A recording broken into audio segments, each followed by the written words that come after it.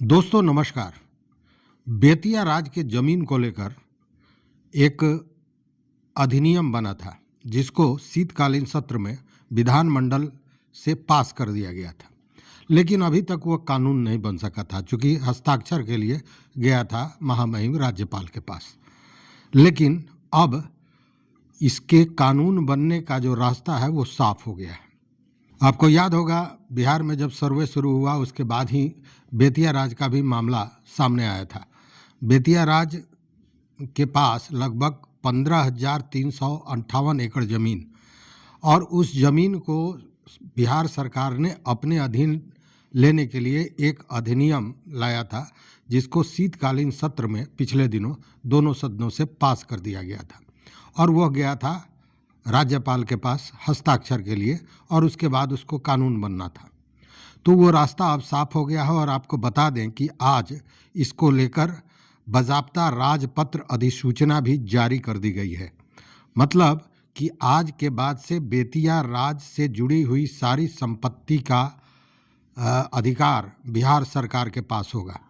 आपको याद होगा इसके पूर्व बेतिया राज की सारी चल अचल संपत्तियों का संरक्षण, उसकी देखभाल का काम कोर्ट ऑफ वार्ड्स किया करता था। कोर्ट ऑफ वार्ड्स मतलब राजस्व परिषद के तहत कोर्ट ऑफ वार्ड्स था, एक प्राधिकार था जो किया करता था। लेकिन उसके बाद ही बिहार सरकार ने उन सारे ज़मीनों को अपने अधीन लेने के लिए ये अधिसूचना लाई थी जिसको बज़ाब्ते कहा गया था बेतिया राज संपत्ति निहित अधिनियम 2024। और ये अधिनियम पास तो हो ही गया था, अब इसको लेकर राज सूचना पत्र भी जारी कर दिया गया है और इसकी जानकारी राजस्व एवं भूमि सुधार विभाग के जो अपर मुख्य सचिव हैं दीपक कुमार सिंह, उन्होंने दी है। एसीएस दीपक कुमार सिंह ने पीटीआई के भाषा को बताते हुए ये सारी बातें कहीं।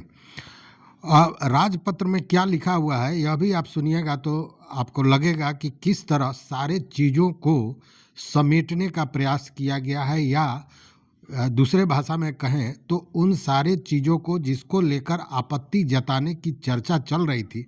हमने पिछले वीडियो में भी बताया था कि बेतिया राज के से जुड़े हुए जो लोग हैं, जो उनके वंशज होने का दावा करते हैं, उन लोगों का ये कहना था कि जब तक न्यायालय में कोई मामला है तब तक उस पर सरकार कुछ भी नहीं कर सकती है। लेकिन इस अधिसूचना जो राजपत्र अधिसूचना जारी हुई है उसको आप देखेंगे तो लगेगा कि उन सारे चीज़ों को किस तरह निपटना है, किस तरह उसको निरस्त करते हुए कानून पास करना है, इन सारे चीज़ों को बड़ी स्पष्टता से दिया हुआ है। देखिए राजपत्र में स्पष्ट दिया हुआ है, जो जानकारी मिल रही है उसके अनुसार, कि बिहार राज्य के अंदर या बाहर स्थित बेतिया राज की सभी मौजूदा संपत्तियों, चाहे वे न्यायालय के संज्ञान में है या जिनकी देखभाल न्यायालय द्वारा की जा रही है, चल या अचल, इस अधिनियम के लागू होने की तिथि से राज्य सरकार के पास निहित होगी। बेतिया राज संपत्ति में बेतिया के तत्कालीन राजा की सभी चल और अचल संपत्ति भी शामिल है।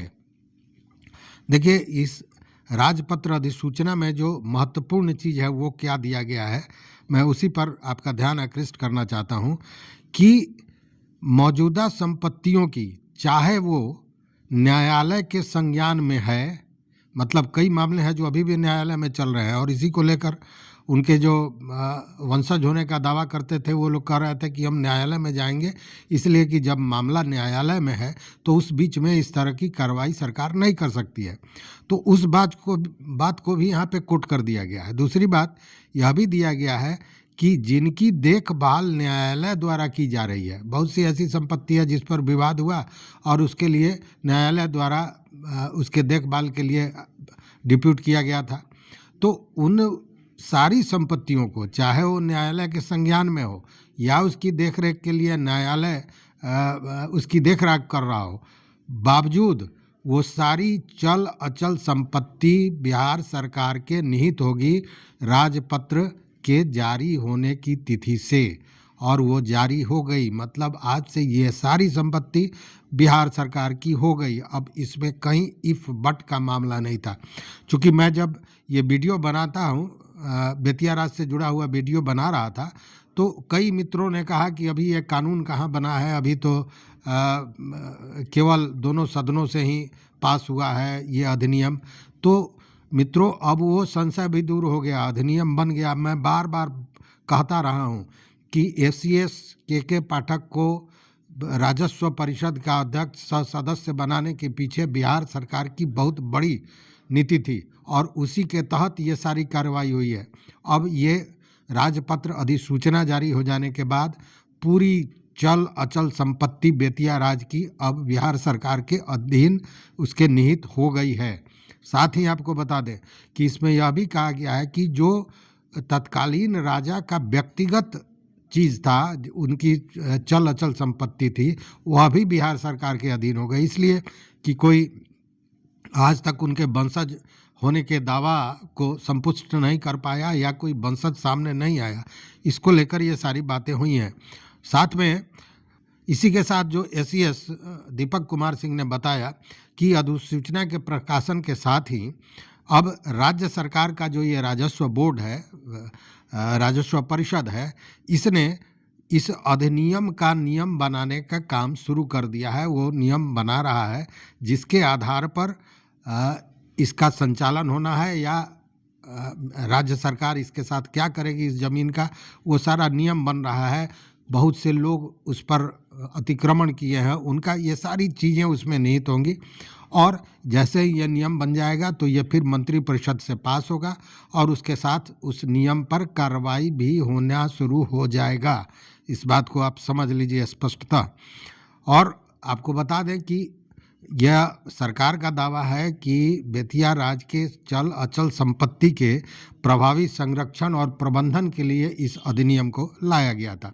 जो यह काम पहले कोर्ट ऑफ वार्ड्स किया करती थी। कोर्ट ऑफ वार्ड्स मतलब राजस्व परिषद यह किया करता था। कोर्ट ऑफ वार्ड्स बेतिया राज का जो प्राधिकरण था, यही पहले स्टेट की संपत्तियों की देखरेख किया करता था।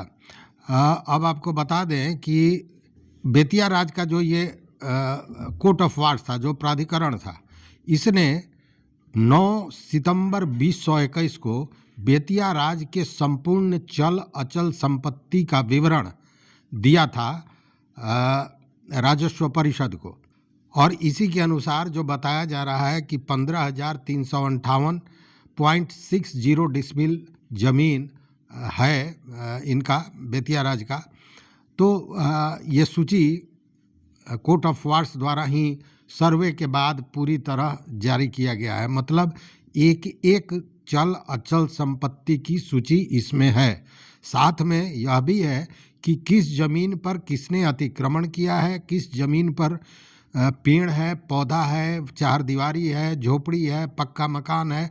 मतलब एक एक जमीन जो भूखंड है उसका सत्यापन किया गया है, व्यक्तिगत तौर पर सर्वे किया गया था और उसी के आधार पर 2021 में जो सूची दी गई थी और वही बेतिया राज की पूरी संपत्ति है।